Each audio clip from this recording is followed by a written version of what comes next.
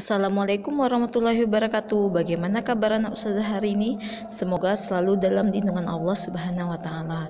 Baiklah nak, kita akan melanjutkan materi kita terkait tentang ilmu pengetahuan sosial. Buka bukunya halaman 203. Kita akan melanjutkan materi terkait tentang Kerajaan Kutai.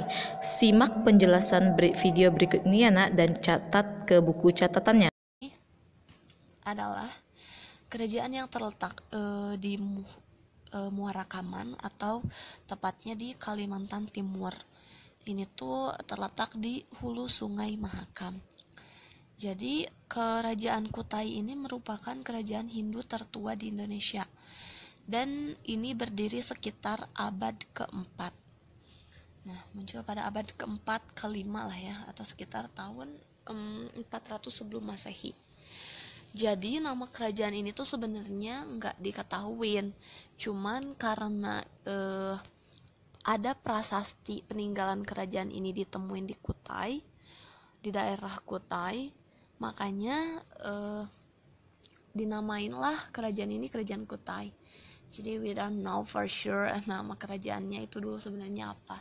Cuman karena peninggalannya ditemuin di Kutai, akhirnya dinamain Kerajaan Kutai. Nah, begitu.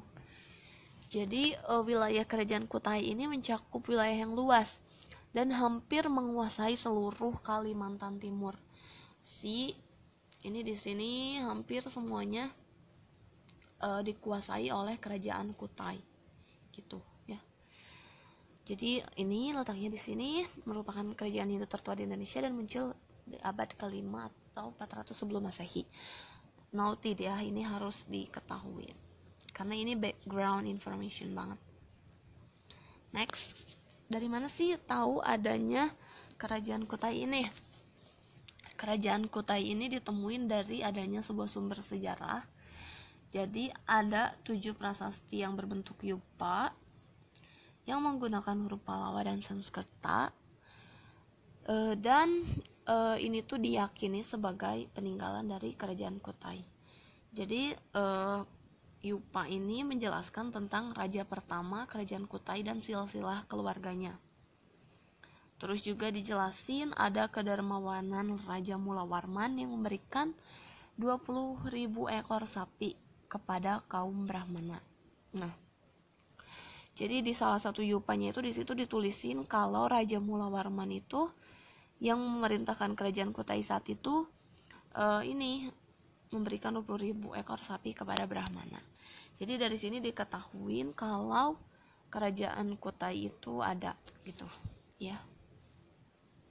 Next, kita bakalan bahas tentang kehidupan ekonomi di Kerajaan Kutai. Jadi sebenarnya nggak diketahuin pasti Kerajaan Kutai itu dulunya kayak gimana, cuma dari peninggalan yupa yang tadi yang 20.000 ekor sapi itu, ini bisa diketahuin kalau kerajaan ini udah cukup sejahtera. Soalnya udah bisa dermawan memberikan 20.000 ekor sapi ke Brahmana gitu.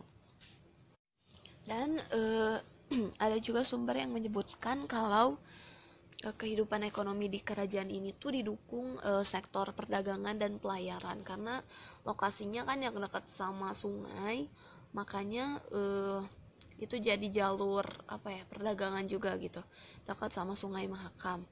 Nah, sektor pertanian ini juga dijadikan sebagai bahan dalam menentukan kondisi perdagangan. Karena seperti yang aku bilang, Kerajaan Kutai ini letaknya strategis, jadi berada pada jalur pelayaran di Selat Makassar.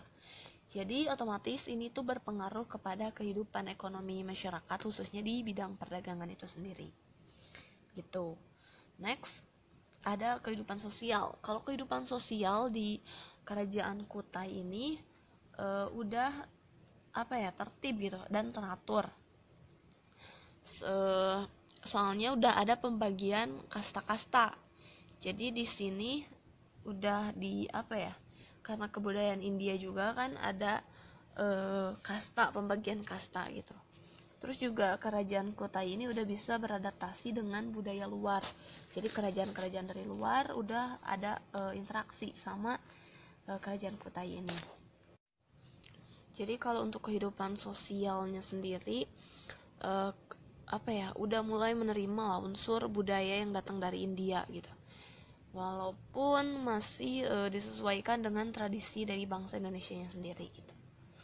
Nah, untuk kehidupan agama, walaupun di situ udah ada Hindu sama Buddha, tapi atau beberapa gitu masih percaya terhadap kepercayaan animisme gitu. Dan untuk kehidupan politiknya sendiri, dari asalnya kepala suku ini untuk di kerajaan Kutai ini berubah jadi raja gitu. Jadi kepala sukunya diganti jadi raja. Oke. Sekarang kita bakalan bahas pemimpin. Ya, pemimpin dari kerajaan Kutai. Jadi ini tuh 3 raja yang terkenal memimpin kerajaan Kutai. Oke. Yang pertama itu raja pertamanya ada Raja Kudungga. Raja Kudungga ini raja pertama yang berkuasa di Kutai. Dari yang kita lihat, nama raja tersebut kan masih menggunakan nama lokal. Jadi para ahli berpendapat kalau pada masa pemerintah Raja Kudungga ini pengaruh Hindu baru masuk ke wilayahnya. Nah, jadi kan kayak yang aku bilang, dari kepala suku jadi raja, dan kedudukan Raja Kudungga itu juga awalnya tuh kepala suku, tapi dengan masuknya pengaruh Hindu akhirnya dirubah tuh dari kepala suku jadi raja. Jadi ia mengubah struktur pemerintahannya jadi kerajaan, dan akhirnya mengganti dirinya jadi raja gitu. Dan setelah itu pergantian raja pun jadinya dilakukan turun menurun gitu, turun temurun ke anaknya, ke cucunya gitu. Dan terus raja yang kedua itu ada Raja Aswawarman. Nah, di Prasasti Yupa tuh diceritain kalau Raja Aswawarman itu adalah raja yang cakap dan kuat katanya. Jadi di masa pemerintahannya wilayah Kutai ini diperluas lagi, ekspansi lagi gitu. Nah, dari ini tuh dibuktiin dengan adanya upacara Asmaweda. Jadi Asmaweda itu upacara di masa pemerintahan Raja Samudragupta ketika ingin memperluas wilayahnya.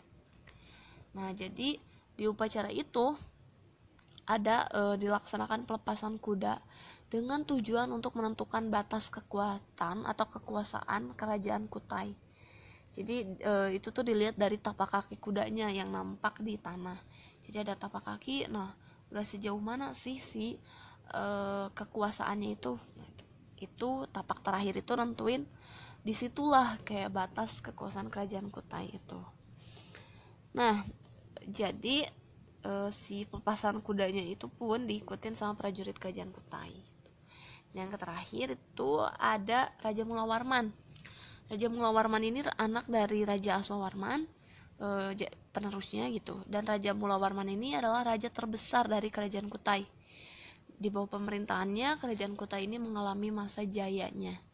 Rakyat-rakyatnya juga hidup tentram, di situ sejahtera. Jadi Raja Mulawarman itu sering mengadakan upacara kurban emas yang banyak. Nah, dan kenapa aku hijauin di sini Raja Mulawarman ini tuh nandain as a sign kalau misalkan di situ kerajaan ini lagi dalam masa kejayaannya.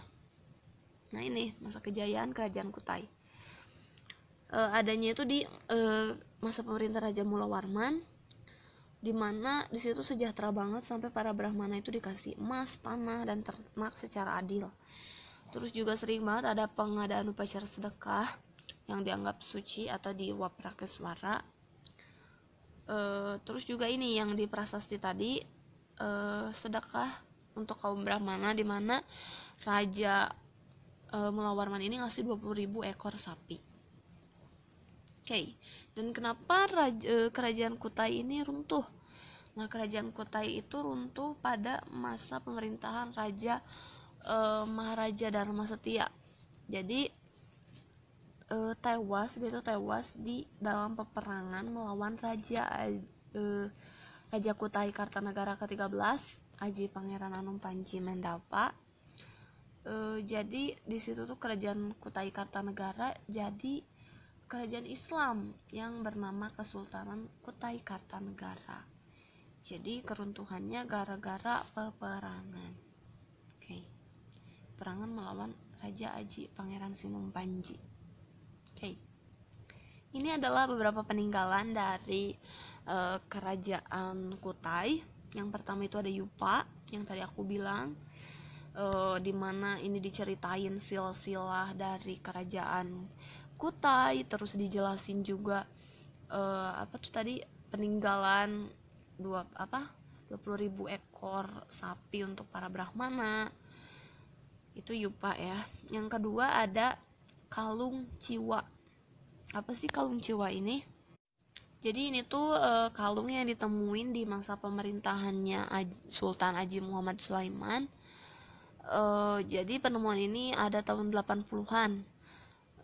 Jadi si kalung Ciwa ini dulunya digunain buat perhiasan kerajaan dan dipakai oleh sultan kalau ada pesta penobatan sultan baru. Terus ada juga ketopang sultan. Ini yang terakhir. Oke. Segitu dulu untuk lesson tentang kerajaan Kutai ini. Next aku Itu dia materi kita terkait tentang pembelajaran IPS Kerajaan Kutai. Selanjutnya akan saya jelaskan tentang kerajaan-kerajaan yang lain yang ada di dalam buku. Saya akhiri. Assalamualaikum warahmatullahi wabarakatuh.